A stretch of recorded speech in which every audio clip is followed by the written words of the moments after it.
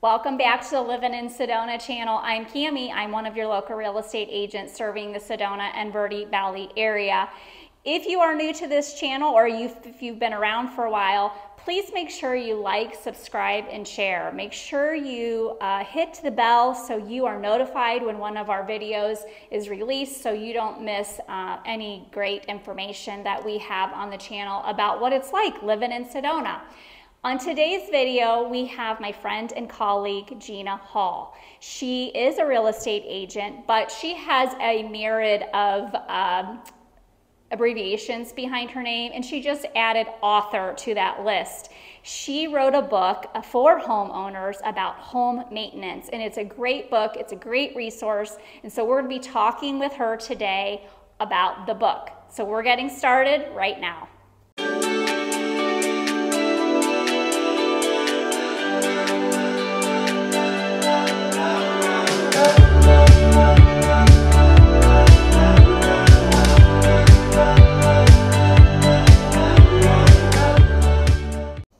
All right, as promised, I have my friend Gina Hull with me, and we are going to be discussing a book that she wrote. So, Gina, say hi. Hi, I'm Gina Hull.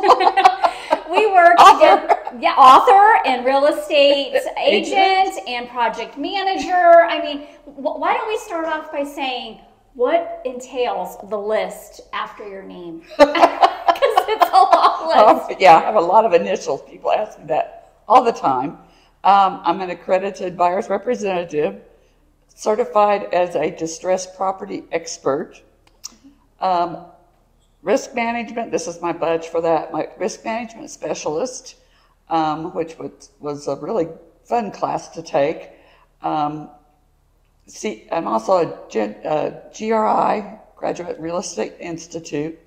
I have more designations that you know what to do with. That means you're just well educated, right? Well educated and experienced. Right. Yes. And I'm also an accredited home staging professional. Okay. And a member of the International Home Staging Professionals. So that experience has led you to become an author. Yes. Between that and my oldest daughter is 43 years old. At the time that I wrote the book, she's 45 now. She's a pediatrician up in Las Vegas. Okay. So she had spent all her years in medical school and, you know, residency and her all of her training. She bought a 3-story house, and she fell and broke her hip, and I had to go up and stay with her for 4 months. She has 2 big old dogs that shed like crazy. And the very first thing when I walked in her front door, I was like, when's the last time you changed that air filter? Because it was full of dog hair. She goes, I'm supposed to change the air filters? She'd already owned the house for 3 years. And I'm like, yeah. Quarterly. Then she said, oh, I know I'm going to have to buy a new dishwasher because it's throwing food back up onto my dishes. And it's like, when's the last time you changed or cleaned that filter? You don't have to change it. You can clean it. And she goes, there's a filter in there? I have to say, oh my gosh, this is so funny because just recently I learned that our dishwasher has a filter. I did not know that it had a filter that you could actually take out and clean. And honestly, I learned it off of YouTube. I don't even know why I learned it off of YouTube. But so your daughter was the inspiration for you writing this homeowner's manual. That's right. Okay. She said, Mom, you just know so much of this stuff. And she said, single women like me, and even widows, that their husbands, even young couples that are buying their first time home, nobody ever goes through that stuff with them. And she's like, you need to write a book. You really need to write a book. And I've given it to several of my clients, several people. So this is the book. This is the book. Homeowner Do-It-Yourself General Maintenance Guide. Yeah. And it's what I told her, and I tell a lot of my clients, especially my first-time home buyers, is your appliances and your heating and air conditioning system and things like that that are big expenses if you have to replace them. Yes. If you maintain them, it's not hard. Yes. And that's why I've given this to all my newer, first-time home buyers. A lot of widows. I've done restaging and stuff in their homes, helped them downsize. They're like, oh my God, this has so much basic information. I have lots of pictures too. Oh, cool. So here in Arizona, a lot of properties have septic tanks. Right. And people wells. don't know that they have to have those cleaned and inspected. Actually, you can't sell your home without having it inspected and certified, which means it needs cleaned, and they have to say, yes, it's in great working order for the next homeowner. You mentioned something that I actually spoke about, gosh, maybe a week or two ago, that one of the things that homeowners really, they don't do, and it ends up costing them money in the end, which is they defer home maintenance on major things, HVAC, roof, septic. Those are big priced items. When they go bad, it's not cheap. Yep. And a lot of them forget that if you would just do the maintenance on these big ticket items, then it's going to save you a lot of time, money, and energy in the end, whether it's you staying there and continuing to live there. But a lot of them end up putting their home on the market. They go through inspection and then they're like, oh, I didn't know I was supposed to do that. And then that's why you need this book. That's why you need this book. And that's why I wanted to have Gina on the channel. Home ownership is a big responsibility. It is. It is. It's one of the biggest investments that you're going to make. So why not make sure that you take care of it and continue building equity?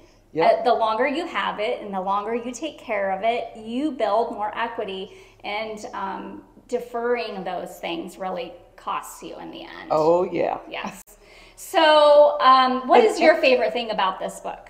One of the things, well, I'll tell you what many of my clients love is the checklist that's in the back. Yeah. We left enough space where you can keep up with the dates. When was the last time you did this? And this has quarterly, semi-annual, annual things that you need to do.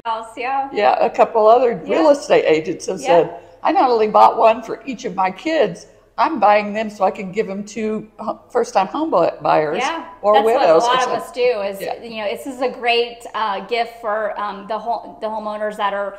I think it doesn't matter if you're first time or not because it's got the checklist in it and it keeps you on track. So because you know what, I heard something the other day.